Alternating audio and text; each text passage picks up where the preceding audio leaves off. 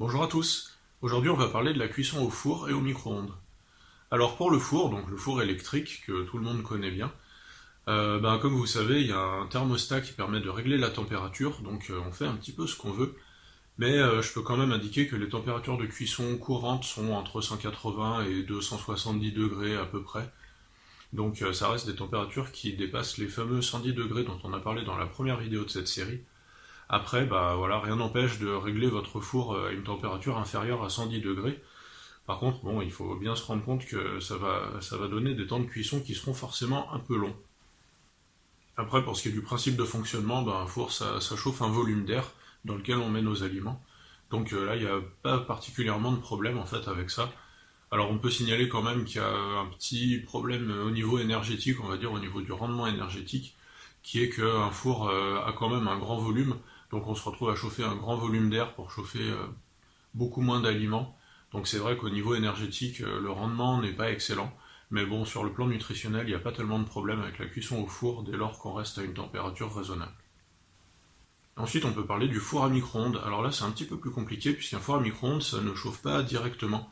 En fait, ce qui se passe, c'est un rayonnement électromagnétique qui est envoyé à l'intérieur du four, et qui provoque une agitation de certaines molécules qui sont les molécules d'eau, les sucres et les graisses. Et en fait, ces molécules vont se mettre à osciller à la fréquence de l'onde électromagnétique et ça va chauffer les aliments de l'intérieur en fait. Donc le four ne chauffe pas en tant que tel, c'est l'aliment qui chauffe directement. Alors là, en termes de température, on ne dépasse pas les 100 degrés, donc il n'y a aucun problème par rapport à ça.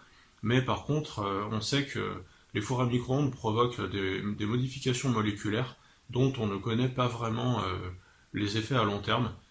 Donc en fait, c'est vrai qu'à ce jour, il n'y a pas vraiment de consensus par rapport à l'innocuité du four à micro-ondes.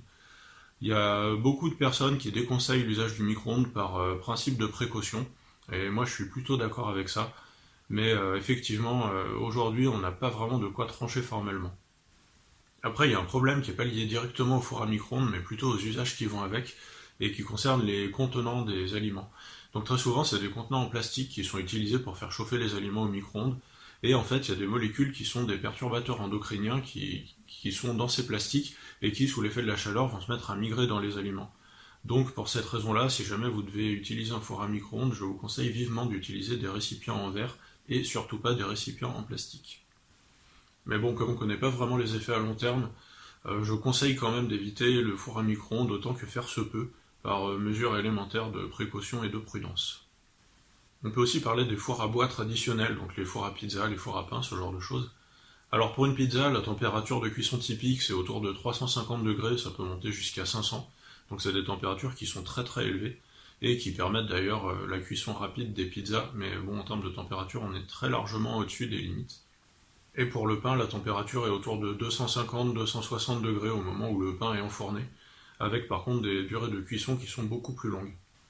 Après, si les aliments sont exposés directement à la fumée du bois qui brûle, eh bien ils se retrouvent exposés à des molécules qu'on appelle les hydrocarbures aromatiques polycycliques, et ça c'est le genre de molécules qu'on trouve notamment dans la fumée du tabac et dans les gaz d'échappement, donc vous comprenez bien que c'est pas terrible.